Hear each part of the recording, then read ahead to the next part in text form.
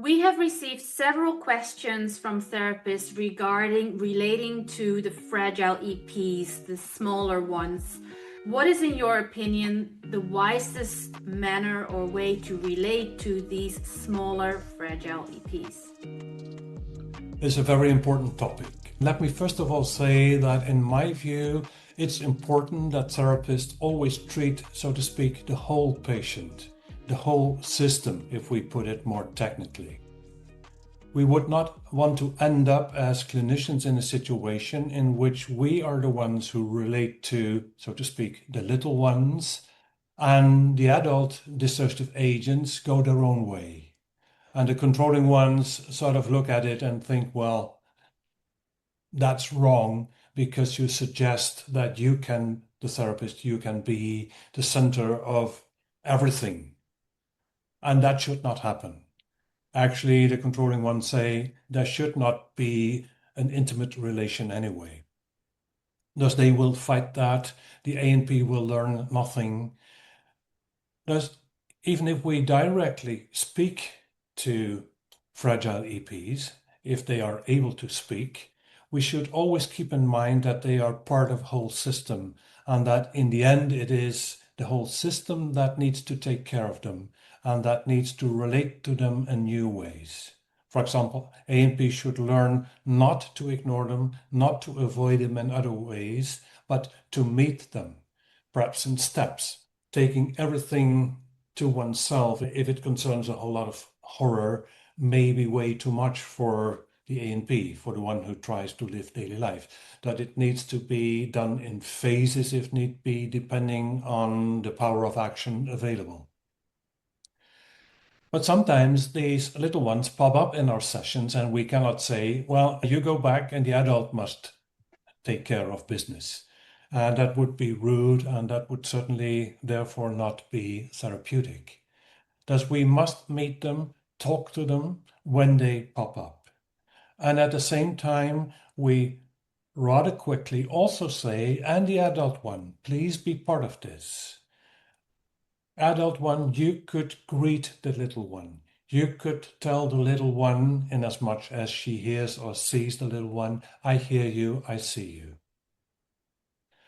Because in that way, we engage, we enact several relationships at a time, including with the little one, including the adult one, including, if possible, also the ones who have a hard time dealing with intimacy, dealing with dependency, and these kind of topics. Now, some of these little ones we hear are not able to speak. They have no language because subjectively they feel very, very young. And that may present difficulty in as much as we as therapists, of course, talk. That's our business. One way to deal with that situation is to check if there are somewhat older fragile EPs or other EPs who are able to speak.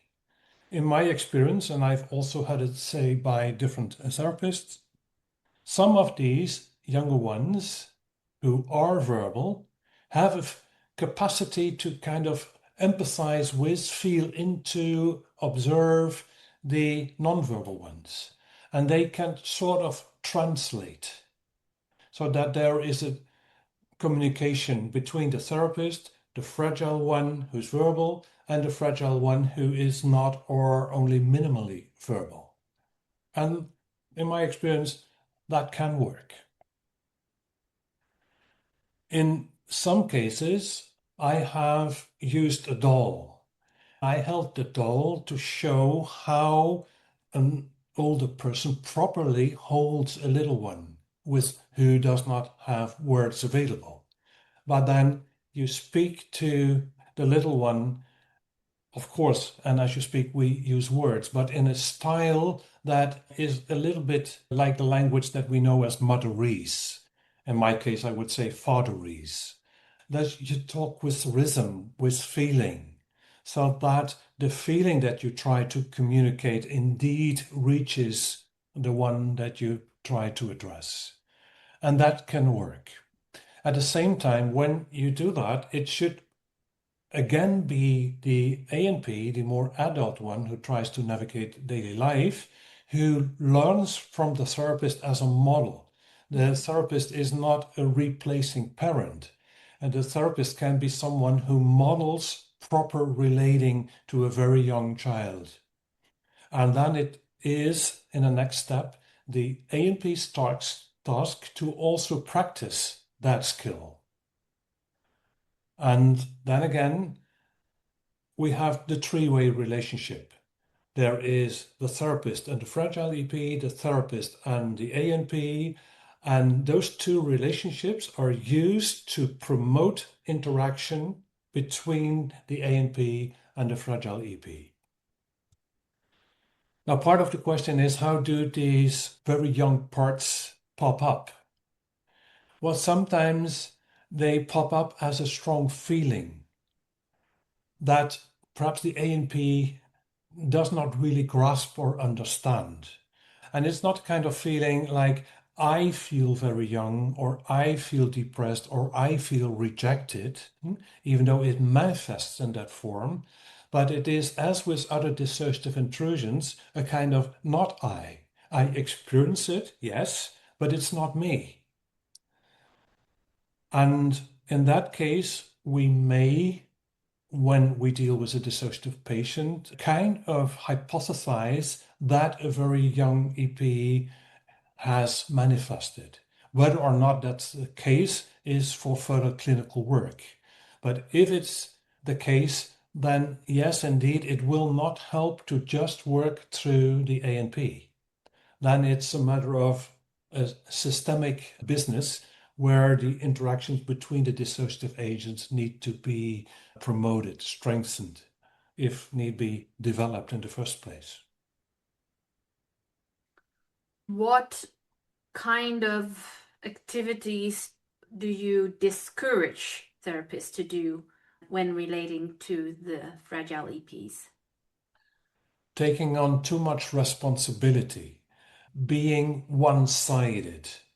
As I said, the therapist is not the better parent. The therapist is not the center of regulation. Thus, inasmuch as the therapist starts to do such things, sort of feel like the caretaker, driven by a strong longing to take care of the little one. Isn't she in deep trouble? And isn't she nice? And wouldn't it be great to really take care of her more? If it gets too much of that quality, then A&P will kind of think, the therapist does the job, I'm off the hook. And the controlling one will be infuriated because you sort of thereby create a type of dependency that's not healthy.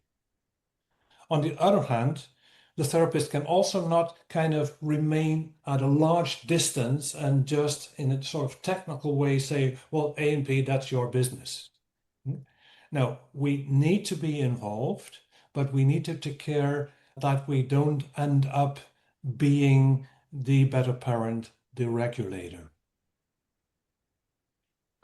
I can imagine that for many therapists who have become a therapist to help others, really do feel drawn to protect and care for these fragile EPs. How would you resist that urge to take on too big a parenting role and becoming too big a part of the system instead of letting A&P do the relating work? Sometimes it pops up in classes and in the supervision. And one of the things that I am doing is saying, how long do you think you can keep it up? What do you do if the patient calls you in the middle of the night and the little one is presenting herself and A&P is nowhere in sight? What do you do? Would you want to take care of your patient? Wow. And if you have 20 of these patients, how long will you last? Thus, in that sort of way, I try to bring up the image of a future. It's not just the present moment in which you feel that strong urge to take care of, but also to place it in the framework of time to engage in more presentification, technically, and see where does it lead. And then also ask the therapist in that frame, how do you think that A and P is going to be part of this? If you were the A and P and you had a little one inside, and the therapist did all the work, what would that be like for you? Ah, what a relief. One patient told me, Ellert, you seem to be crazy about the little ones. Well, you can have them. Well, that remark, would you want to have them? No. Also imagine what happens to the controlling one. The controlling one who has the task to make sure that the patient is as autonomous as possible. And then there is that therapist who creates this strong tie with the little one. What would you do? Can you imagine that that strong one will be infuriated and start to attack you? That's one way of doing it. A related but different image would be to imagine that you are sitting in front of a group, not just one person. Although, of course, the patient in the end is one person. But imagine a group of dissociative agents.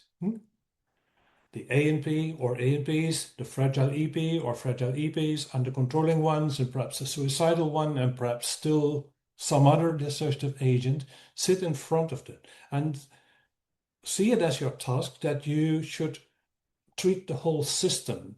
Thus then sort of picture what kind of relations you have with each of these dissociative agents. And picture how they relate to one another. That will become a whole network of relationships. And then you may want to give the relationship a color. If you engage with the little ones a lot, that line is, so to speak, very green, very open.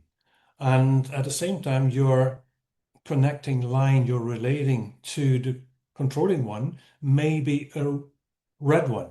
Oh, I don't want to go there. That's forbidden terrain. That's too hard. We should suppress the strong ones. If you have that image, you see instantly what's wrong. All lines should be green, not some lines red or orange. And see and feel all lines, not just see them, but when you see them, feel them. What is it like to sense it, to feel it affectively? So that we thereby help the therapist to create the whole image of all relating. And in that frame, using the word relating, I would like to emphasize indeed that verb.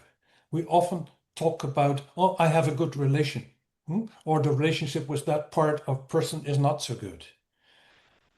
Keep in mind that every relationship is the consequence of relating. The relationship is the noun. The noun exists generally in virtue of an action, of a verb. Thus then you may want to fill out the verb in that whole scheme with the relationships red, green, and orange, and you write in that image how you relate to this part and that part, and how the parts relate to one another.